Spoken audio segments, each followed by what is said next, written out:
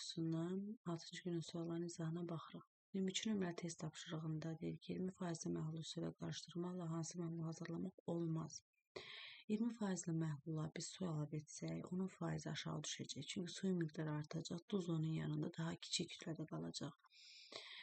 Ona görə biz 20% məhlul suya əlavə etsək, 20%-dən aşağı bir faiz olacaq, alına bilər. Çox ola bilməz. Ona görə çox olanı seçəcək. C, yəni olmaz deyirsə, çox olanı götürəcək. Daha sonra 81 nömrəli test tapşırığına baxaraq.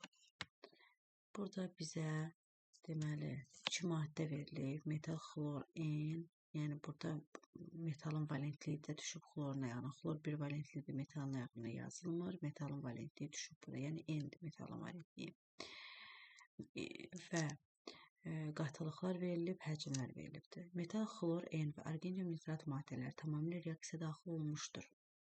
Və naməlum metalın oksidaş mədəsi müəyyən edilir. Bunun üçün gəlin biz reaksiyanı yazaq. Deməli, metal, xlor, N plus argentium nitrat iki mürəkkəb maddə arasında dəyişmə mübadilə reaksiyası. Alınacaq metal, NO3.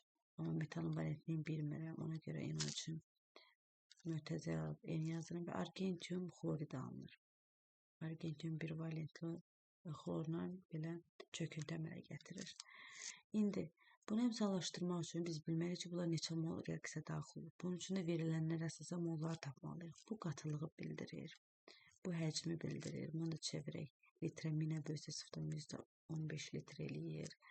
Deməli, bu da qatılıq bildirir. Bu da litrdir. Bunu çevirsə 0,100-də. Sonra bunda 3 litr eləyir. 0,3 litr. İndi buradan C bərabərdir. Nyu böl V düsturundan. Bizə nyu mol lazımdır. O da bərabər olacaq C böl V hasili. Yəni burada nyunu tapmaq üçün, yəni bu maddənin nyusun bu bərabər olacaq. 0,2 vursa bizdə 15, bu da 0,3 mol edəcək. Yəni bu maddənin molu 0,3-dür. Gəlin indi argentiumu tapaq. Bunun molu da bərabər olacaq. 0,3 vur 0,3, yəni 0,9 mol edəcək. Deməli, metal, xlor, N, yəni bax bu 0,3 mol reaksiya daxil olanda argentium nitrat olacaq 0,9. Bu mollar nisbətidir və deyir tam olaraq reaksiya daxil olur. Bunları ixtisar etsək, düşəcək 1-in 3-ə nisbəti. Deməli, bu 1 mol reaksiya daxil olanda bundan 3 mol daxil olubdur. Və biz artıq əmsallaşdıra bilərik tam. Baxırıq, burada argentium 3-dür. Deməli, argentium qapanı 3 yazıram. Argentium qapanı yazdım 3, həm də xlora aiddir. Deməli, xlor da 3 olmalıdır. Burada qabaqda 1 mol var. Maddənin 1 moldur. 1 moldur. Deməli, xlorun ayağına 3 yazılmalıdır. Deməli, onun qiyməti 3-ə bərabər imiş. Burada metal 1-dir. NO3-ün miqdarı qabağında 3 var. NO3 də 3 dənədir. Deməli, N-in qiyməti həqiqətən 3-dür. Və 3 burada metalın valentliyini bildirir. Həm də metalların oksidaşma dərəcəsinin üst-üstə düşdüyünə görə müsbət düşürmüş oksidaşma dərəcəsi. Metallar mənfi qiymət ala bilmir. Sonra növbəti suala baxırıq. 60 nömrəli test tapşırığında 800 ml suda 200 qram kalsium xlorid, yəni bax bu maddə kalsium xlorid həll olubdur. Alınmış məhlulda kalsium xloridin kütlə payını hesablayın, yəni omeqanı soruşur. Omeqanın düsturunda biz həll olan maddəni, yəni bax kalsium xloridin 200 qramı böləcəyik məhlulun ümumi kütləsinə. Suyun da millilitri litrlə qramı bərabər olduğuna görə, yəni 800 qəbul olunur elə. Su ilə dozu toplayıram 1000 eləyir. Onu da vuracaq faizə 100%. Sıfırlar bundan getdi, buradakı sıfırda. Bundan getdi, bərabər olacaq 20%li bir məhlul olacaq. Bu cavab E variantı. Daha sonra 95 nömrəli test tapşırığına baxırıq. 20% məhlulu su ilə qarışdırmaqla hansı məhlul hazırlamaq olar? Su ilə qarışdırsaq faiz aşağı düşəcək. Yəni 20-dən kiçik bir rəqəm seçəcək, o da eləyir 15D variantı. Daha sonra 99 nömrəli test tapşırığına baxaq sonuncu sual. Burada qrafik əsasən doğru olmayan ifadələri göstərin. Burada məhlulun kütləsidir. Burada düşməyibdir.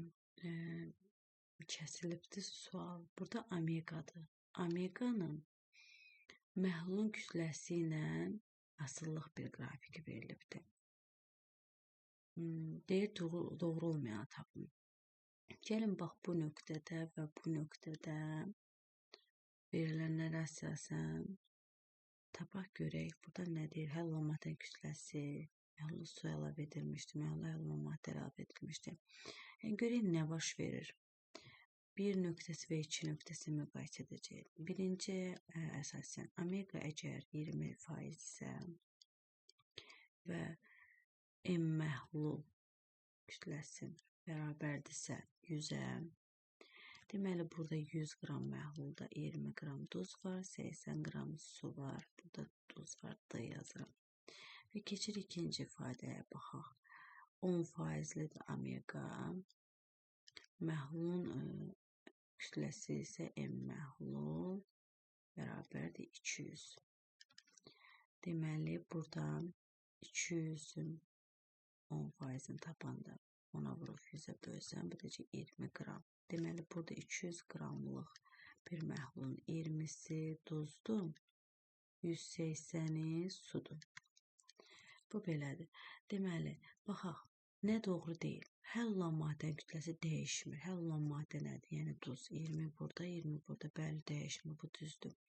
Məhlula su əlavə edilmişdir. Burada 80-dir, burada su 180-dir. Bəli, su əlavə edilmişdir. Məhlula həll olunan maddə əlavə edilmişdir. Xeyr, həll olunan maddə miqdarı dəyişmir, əlavə olunmayıb. 3 səhvdir. Yalnız doğru olmayan deyilsə, yalnız C variantını götürəcəyik.